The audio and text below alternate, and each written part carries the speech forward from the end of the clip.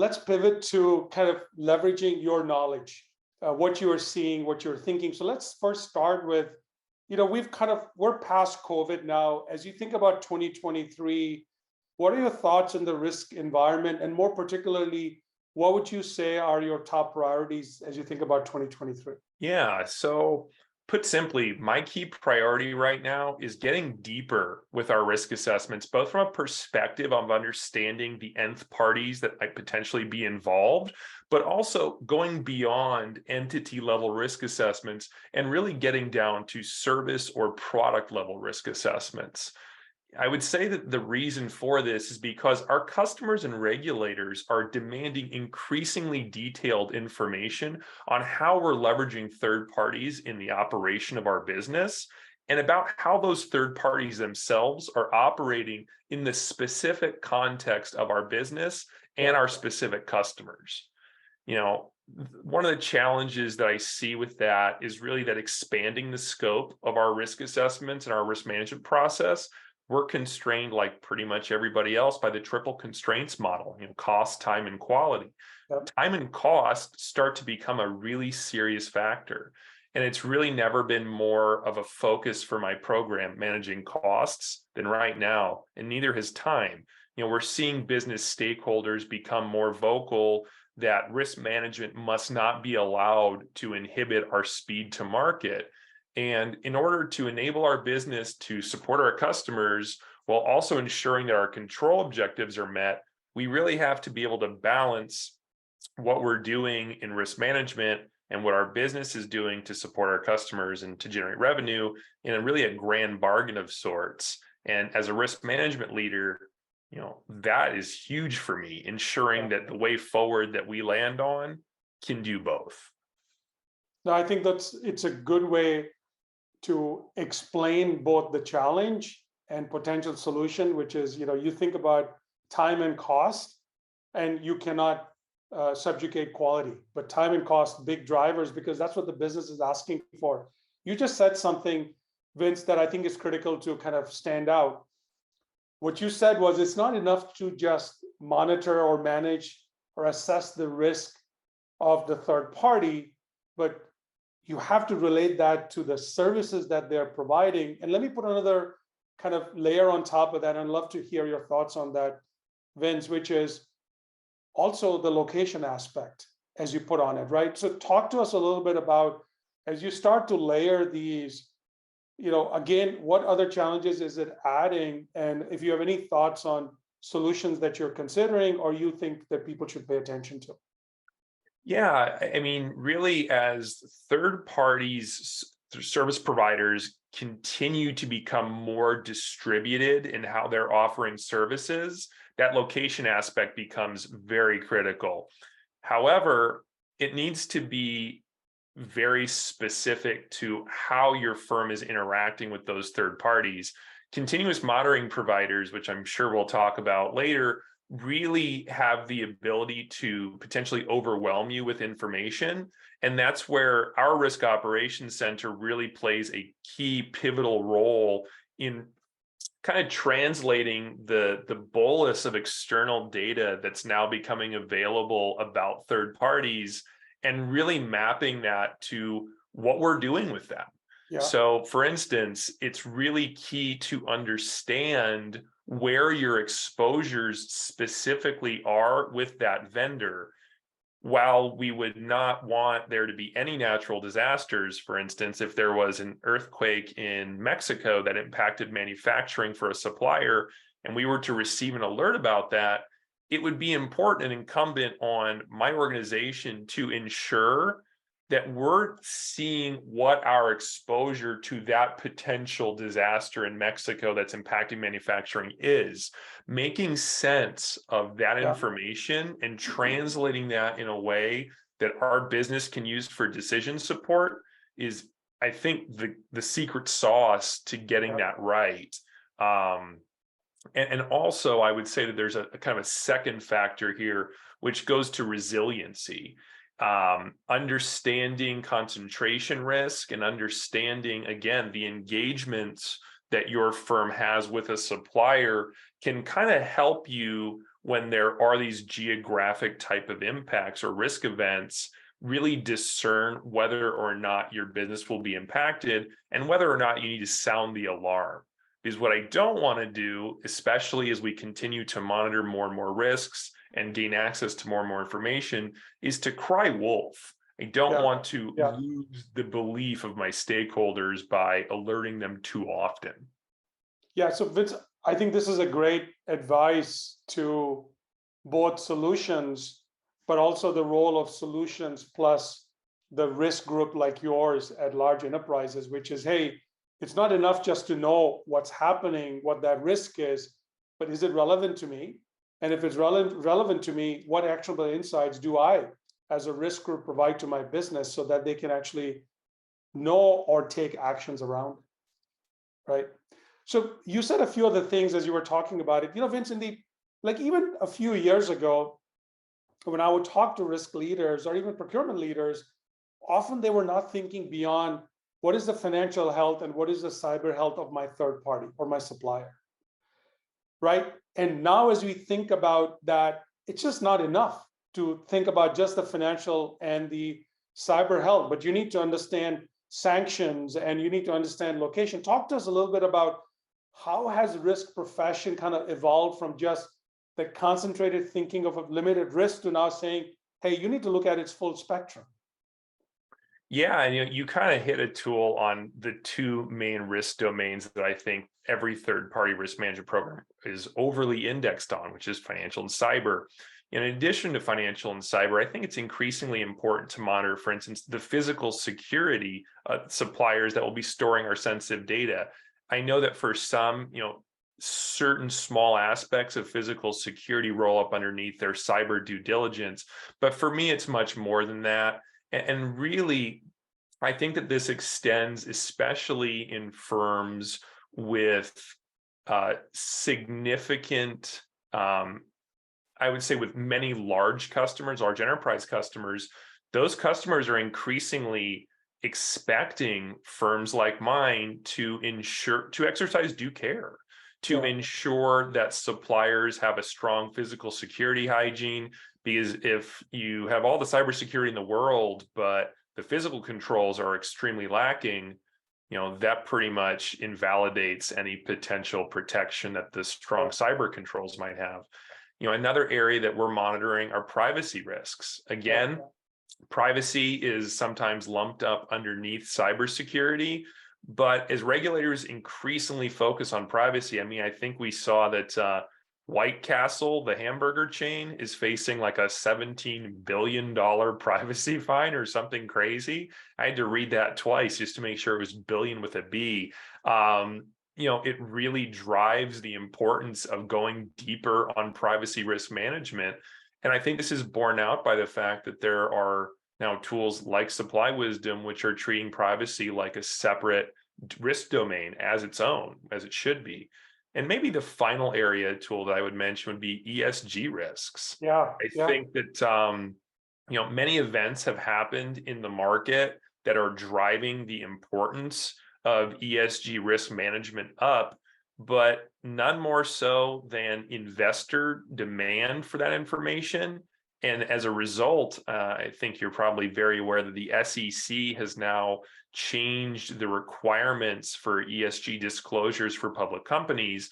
And as a public company, the firm that I work at includes ESG in their 10K filings. So now when you have this combination of extremely focused regulation from a very aggressive regulator and our exposure and partnerships to and with third parties, you put those together, now all of a sudden, managing ESG risk of your supplier base rockets up the chart in terms of importance. Yeah. No, Vince, I think you bring up a very good point about ESG. And I think one would say is, not specifically talking about your organization, but your organization like yours have actually been taking proactive steps to making sure that you are not just looking at your own ESG practices, but in your case, holding you responsible, or I should say, in charge of ensuring what some would call in greenhouse gas emissions scope 3 is, hey, what is beyond that? What is the ESG status of the locations I'm getting services from or solutions from, products from, and also what is the ESG status of my third parties. Talk to us, Vince, about as a risk leader, you're seeing these increasing requirements of risk management, right? From financial cyber to compliance to privacy and now ESG. Talk to us a little bit about how you are managing from a information, labor, effort perspective, and how you're, maybe is some of it being benefit from having new solutions like continuous monitoring coming to you? Yeah, so the first thing I would say is that really having a foundational baseline that helps illustrate, demonstrate, visualize what our absolute requirements are is critical. Risk management, in my experience, across various industries, is sometimes seen as non-value add and requires a lot of justification.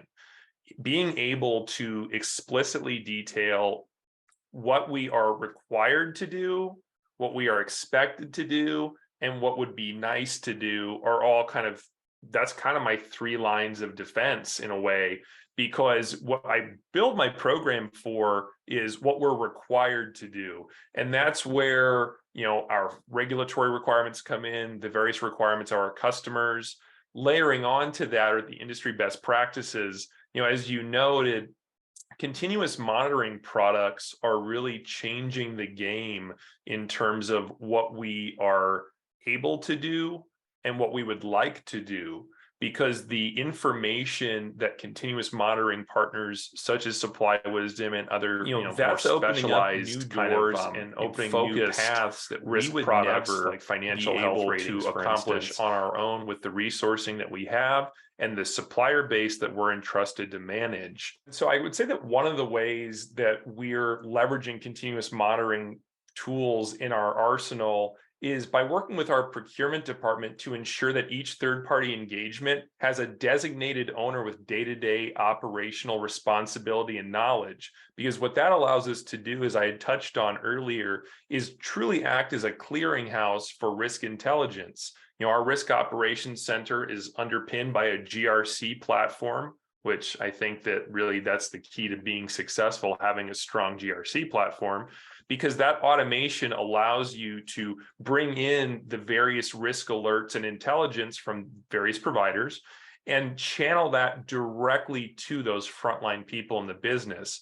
And as we had talked about earlier, how it's so important to contextualize, to translate the risk intelligence that you're getting from your partners into something that's germane to your business. Having that linkage between who owns an engagement with a third party specifically, and I don't mean like the champion, the executive champion or the budget owner, but who day to day is working with that supplier. We're able to vet an alert and choose whether or not to send it directly to that person. And what we're now seeing is that we're able to move at the speed of the business while also helping to shape, I would say, decision strategy with intelligence and information that our business owners and managers would not normally have access to. Yeah. I think that, when you think about what's on the mind of somebody in a business unit, it's the requirements of their customer. Yeah. They're not overly focused on scanning Google alerts, for instance, for information about the third parties they may be working with. That's a role that continuous monitoring really helps us play and fill in. I think, Vincent, you described a really good model that people should remember, because we're not seeing it necessarily implemented across enterprises, which is your GRC TPRM platform is your source of where all this data is captured, including your assessments, where continuous monitoring is integrated. And then you have a risk operations center, which is your risk group, that is actually taking that and ensuring that it's specifically actions it within the company. But the final piece you just talked about also is, hey, who is the connect to that third party that actually has the knowledge of the third party that also becomes a participant in that program? Then you can actually completely close the chain. Yeah, and that's really a tool been a supreme focus of my organization over the last year or two, and we're calling it vendor governance oversight. And what we're working to do is to build a governance framework that doesn't take the managerial tasks of a third party out of the business. That's where I think they belong. You know, KPI measurement, SLA measurement, Yep. contractual term enforcement. You know, that's best done on the front lines by the people who are working with these suppliers and who know the relationships. What we're trying to build for and to solve for is really building a framework that ensures that not only engagements with third parties have defined owners, but that, for instance, the various third-party focused elements of our corporate policies and requirements have controls in place that are part of our enterprise control library. And what we're really working now is we're extending our due diligence, where we conduct inherent risk assessments, conduct focused due diligence based on the outcomes of those inherent risk assessments, and then open findings and basically then enroll that supplier in our continuous monitoring. We're extending that process now, not just to due diligence, but also to due care. Because I think that too often in firms, I think a lot of us have been guilty of this or know scenarios where this happens. When that contract with a third party is executed, it's turned over by the procurement organization to that business unit, to that initial requester. And once risk management has conducted their risk assessment, unless continuous monitoring shows something, I don't think there's additional focus. And so what this opens up is a blind spot between onboarding and offboarding. And by building this framework that I'm describing, what we're looking to do is, as a result of what we find in our due diligence and the potential findings we might open, this new frontier is then having controls based on the control objectives of our existing corporate policies that we would apply automatically with our GRC platform based on the inherent risk or even the residual risk of that engagement. We would then test those controls.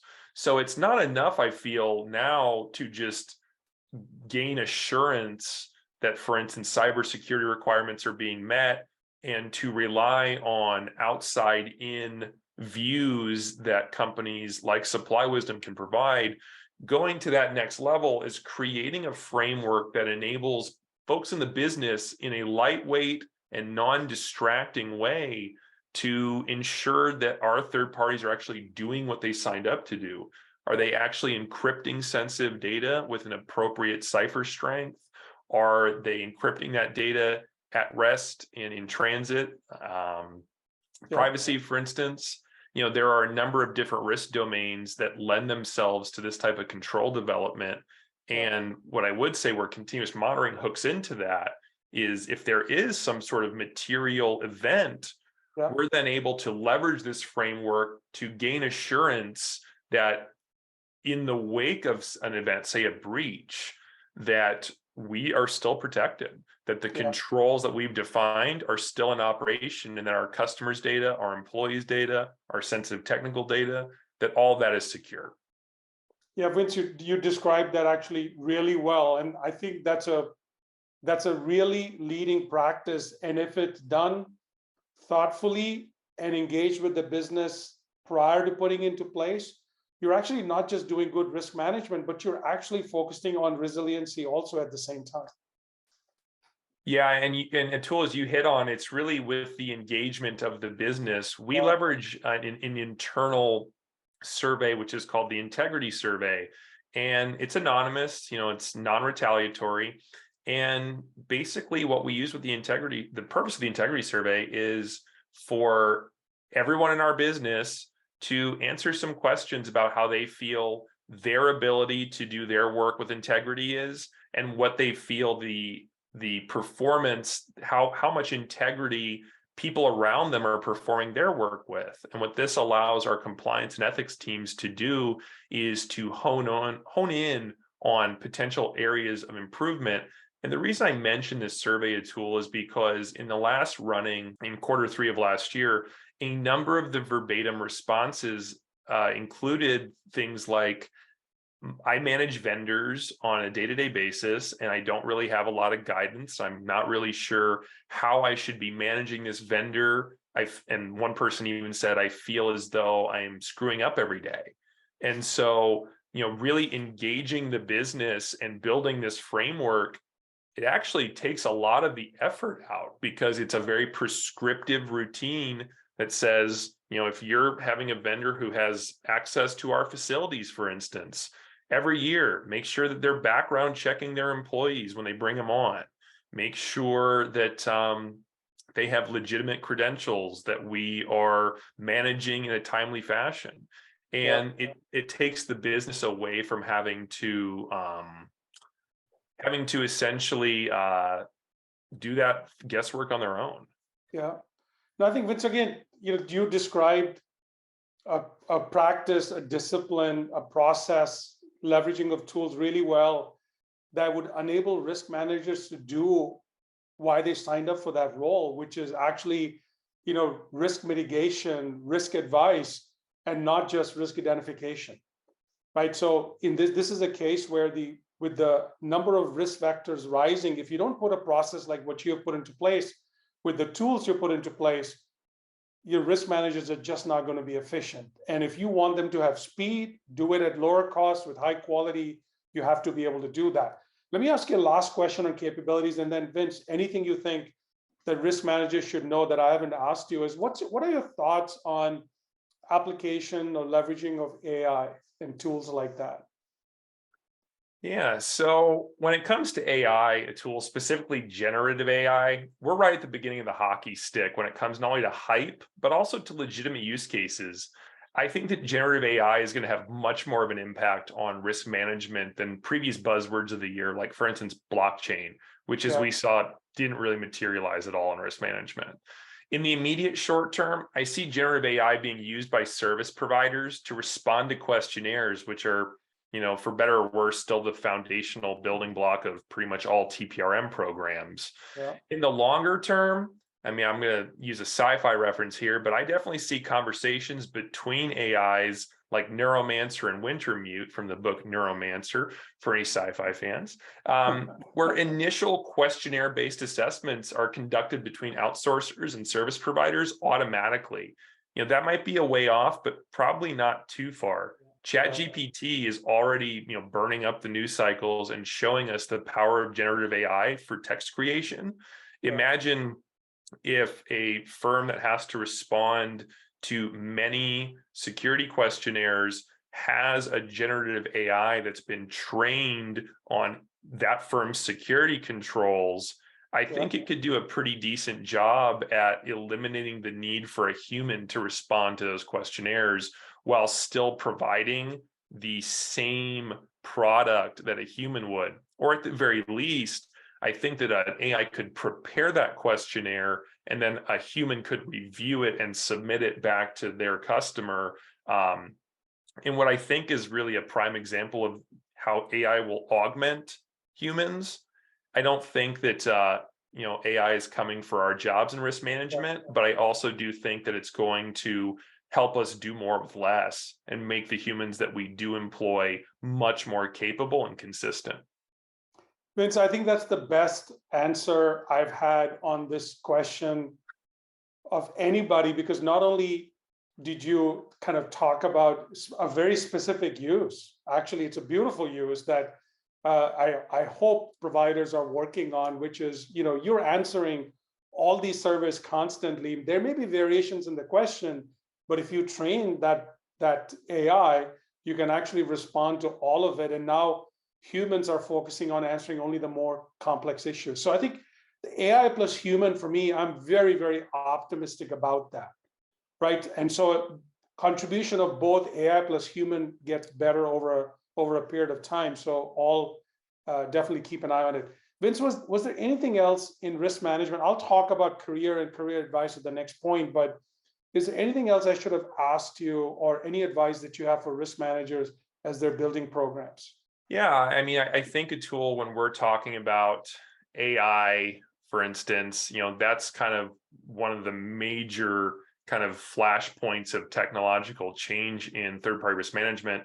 But I think if we also want to take a look at another one, that would be GRC platforms. Yeah. I think that when you see the rise of not only SaaS offerings of GRC platforms, but on-prem ones as well, it really underscores the importance of having any sort of GRC platform as part of your TPRM program.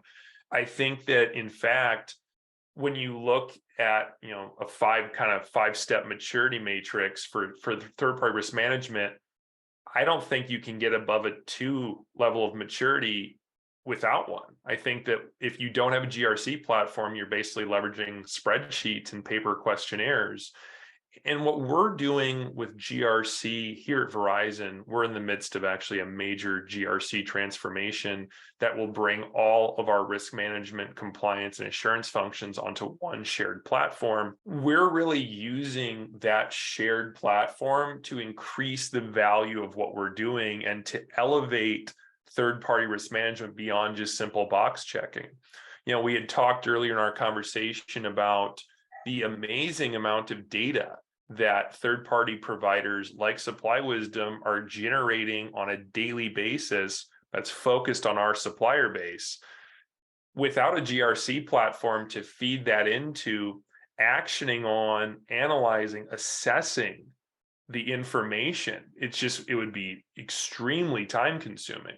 And by having a GRC platform at the heart of our risk operations center model, what we're able to do is, for some levels of alert, we can drive automated decisions with no human interaction. There are some notifications that are so severe, like for instance, a data breach where our company's name or the names of our customers or partners of ours are located.